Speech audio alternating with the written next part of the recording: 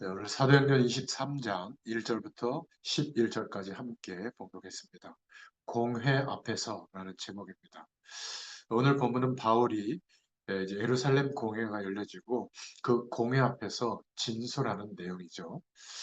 먼저 바울의 진술을 좀 보면 22장 30절에 천부장은 소란의 진상을 파악하고자 했기 때문에 예루살렘 공회, 사내들인 공회를 소집했습니다. 22장 30절에 나오죠. 어, 결박을 풀고 이렇게 말하고 있는데 바울은 쇠사슬의 매인자가 아니라 이 자유로운 상태로 예루살렘 공회가 모여 있는 곳으로 갔죠. 그리고 23장 1절에 공회 앞에서 의견을 진술합니다.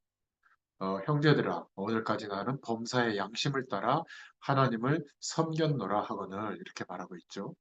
어, 하나님 앞에서 또 공회 사람들 앞에서 자신이 선교 현장과 복음 전했던 그 모든 내용들을 꺼리낌 없이 떳떳하게 지금 의견을 진술하고 있는 겁니다. 자, 그런데 23장 2절에 보니까 대제사장의 태도가 나와요. 아나니아가 대제사장 아나니아가 바울 곁에 서 있는 사람들에게 그 입을 치라 명하니 이렇게 말하고 있거든요. 아마 죄인인 바울이 하나님을 거명하는 것 자체가 신성모독이라고 생각했던 것 같고 또 이 바울이 양심에 꺼리낌 없이 살았다고 주장하니까 그것도 굉장히 못마땅했던 것 같아요. 대제사장의 말을 듣고 이제 바울은 뭐라고 대답했냐면 23장 3절에 회칠한다며 이렇게 말하거든요. 하나님이 너를 치시리로다. 내가 나를 율법대로 심판한다고 앉아서 율법을 어기고 나를 치라 하느냐 하니 이렇게 말하고 있죠. 아마 이 회칠한 담은 위선과 관련된 표현으로 무너져가는 담을 수리하지는 않고 겉만 깨끗하게 보이려고 만든 것을 의미하는 거죠. 대제사장 아나니아는 사실 회칠한 담이 맞아요. 그때 당시는 당장은 화려한 대제사장의 위치에 있지만 역사에 보면 1년 후에 대제사장에서 내려오게 되고 또 요세푸스라는 역사에도 보면 9년 후에는 유대인의 반란군에 의해서 죽임을 당합니다. 왜냐하면 로마의 편에 섰던 배신자로 여겨져서 죽게 돼요. 그런 면에서 봤을 때는 바울의 말이 맞죠. 23장 4절부터 5절에 율법대로 심판한다고 앉아서 율법을 어기고 나를 치라 하느냐 이렇게 바울이 말하고 있거든요. 그러니까 바울의 진술을 들으면서 율법을 어기고 죄 없는 바울을 치라 하니까 그것은 오히려 율법을 어기는 거다 이렇게 말하고 있죠. 그런데 23장 4절에 곁에 선 사람들이 말하되 하나님의 대제사장을 내가 욕하느냐. 원래 유대인들은 대제사장을 존중하기로 되어 있잖아요. 그러나 하나님의 뜻을 어기고 있다면 그 어기는 행동이 존중돼야 되는 것은 아니죠. 그래서 23장 5절에 바울이 이르되 형제들아 나는 그가 대제사장인 줄 알지 못하였노라 기록하였으되 너희 백성의 관리를 비방하지 말라 하였느니라 하더라. 그러면서 바로 사과를 하긴 합니다. 그러나 나는 그가 대제사장처럼 행동하지 않아서 그가 대제사장임을 알지 못했다. 이런 식으로 사실은 좀 풍자하면서 말하는 거죠. 그러니까 대제사장이 대제사장답지 않게 행동하고 있다는 것을 지적했던 겁니다. 아무튼 바울은 사람들이 자기를 죄인 취급하고 있었지만 양심의 꺼리낌이 없이 하나님 앞에서 하나님 백성으로서 살아가고 있다고 자기의 주장을 말하고 있는 장면들이에요. 그러나 대제사장은 양심이 심히 꺼리낌이 있었을 겁니다. 그는 로마에 빌붙어서 권력을 향유하고 있었기 때문에 그렇죠. 그래서 하나님께서 바울을 통해서 전하게 하시는 복음을 들었지만 깨닫지 못하고 있었던 겁니다. 수많은 바울이 말하고 있는 증거에도 불구하고 복음 증거하는 전도자를 핍박하고 있는 장면이에요. 자, 그런데 두 번째로 공회 앞에서 바울이 복음을 전하는데 분쟁이 일어납니다.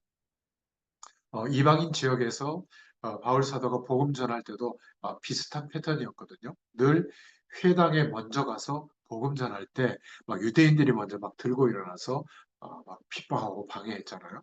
지금은 이제 로마를 향하는 방향을 두고 4차 전도 여행이 시작되고 있는데 이스라엘 백성의 최고 사람들이 모인 그 공회에서 사실은 주장을 하고 있지만 복음을 전하고 있는 것이죠. 나중에는 로마 최고의 사람들이 모인 그 법정에서 로마에서 이방인들에게 복음을 전하게 될 겁니다.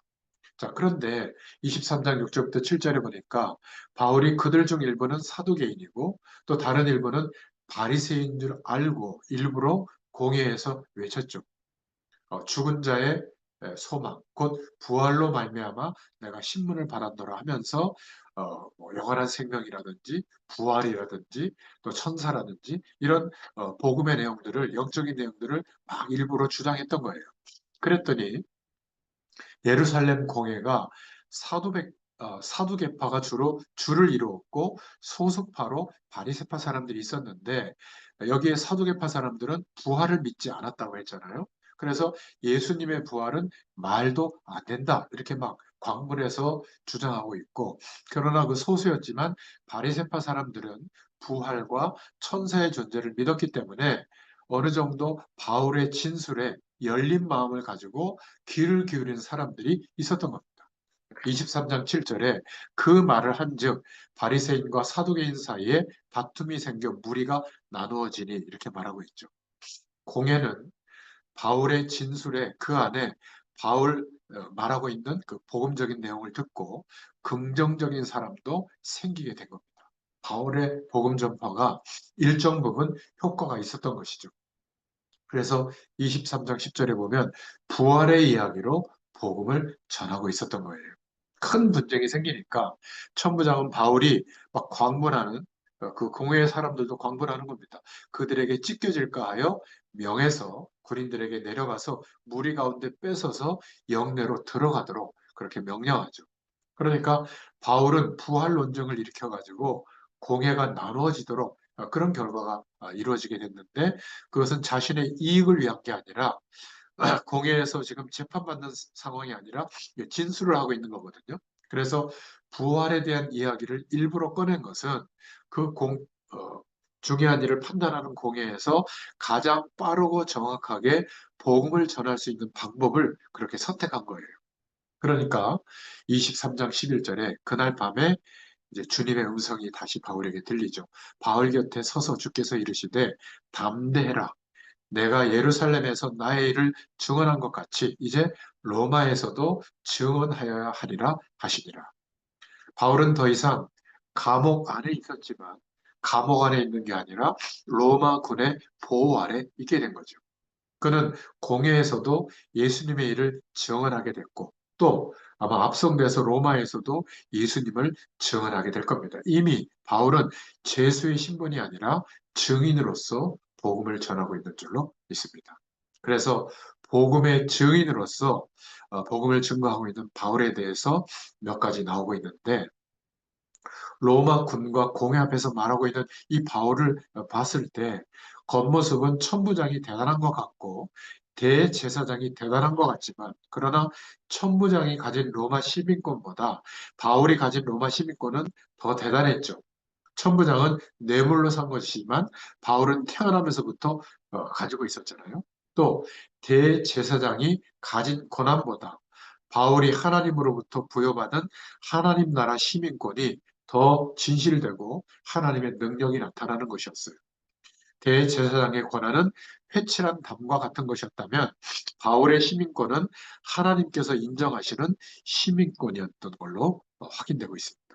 그리고 바울이 잡혀 있는 것 같지만 실제로는 하나님의 특별한 보호하신 가운데 복음의 증인으로 지금 인도받고 있는 거죠. 오늘 저와 여러분도 이러한 축복이 임하기를 기도합니다. 겉으로는 어려움이 있을 수가 있습니다. 그러나 이 중심을 가지고 인도받는다면 실제로는 하나님의 특별한 돌보심 가운데 복음의 증인으로 살아가고 있는 것을 꼭 기억할 수 있기를 바랍니다. 중요한 것은 우리가 복음의 증인으로서 서 있다고 하는 것, 이것을 절대 놓치지 않기를 바랍니다. 외부의 환경이나 뭔가 우리가 이 축복을 따라 인도받지 못하도록 그런 분위기에 함몰되지 말고 당당히 하나님의 백성으로서 하루하루를 인도받는 저와 여러분 되기를 축원합니다. 자, 세 번째로 오늘 말씀을 통해서 우리에게 주시는 하나님의 음성을 좀 들어보자면 혼란한 세상 속에서 그리스도인으로서 어떻게 살아가야 될 것인가 여기에 대해서 우리가 묵상해 볼 수가 있습니다. 오늘 본문은 바울이 로마 군대의 보호 아래서 유대 공의회에 나가서 자신의 주장을 말하고 있는 내용이죠. 오늘 본문을 보면 전체적으로 혼돈이 가득해 있습니다. 로마 군대 천부장의 머릿속에는 아마 혼란스러웠을 거예요. 로마 시민권이라고 하는 큰 권위를 가진 중요한 인물 바울이 유대인들에 의해서 공격당하고 있단 말이죠. 또 도대체 왜 저렇게 소동이 일어날까? 무슨 일이 일어나는지 알고 싶었을 겁니다. 그리고 공의회에 있는 사람들도 막 웅성거리고 있는 거죠.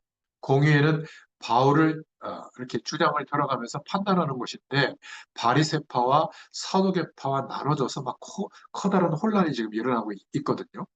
그래서 우리가 우리의 현장을 볼 때, 산업 현장을 볼 때도 항상 이런 혼란스러움이 동반되어져 있죠.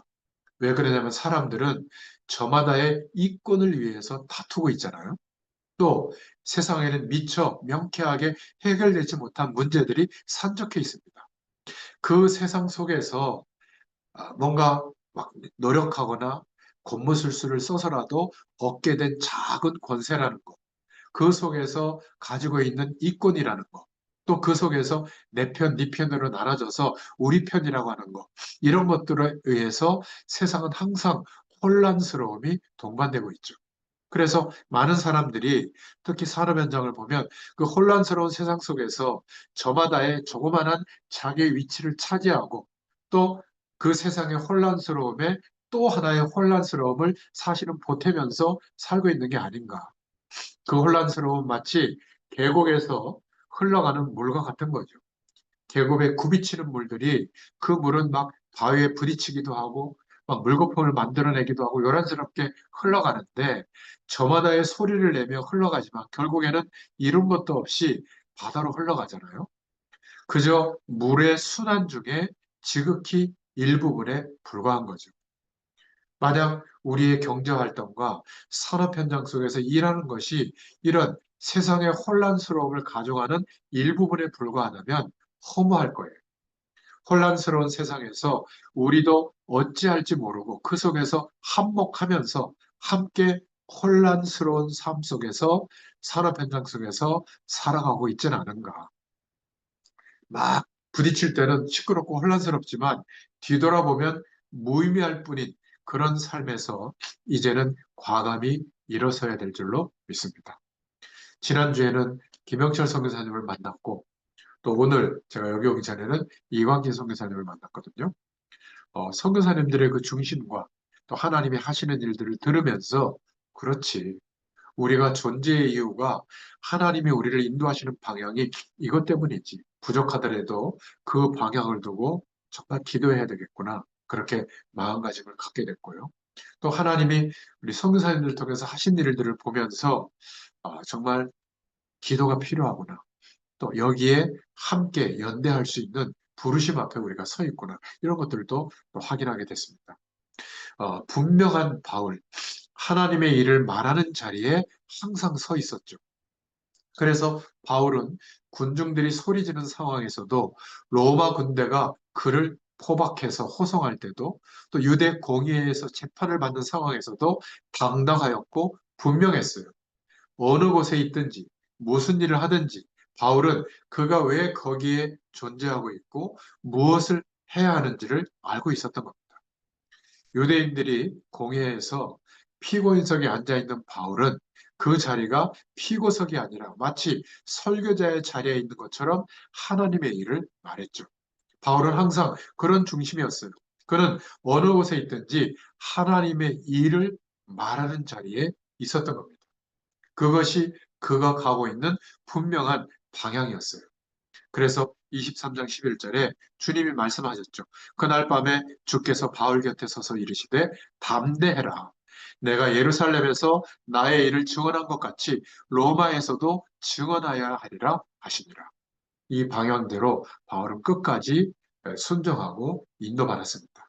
그는 지금 피고인석에서 재판받고 있는 게 아니었죠. 예루살렘에서 예수님의 일을 증거했고 또 이후에는 로마에 가서도 증거하게 될 줄을 예수님께서 성령으로 알려주신 겁니다.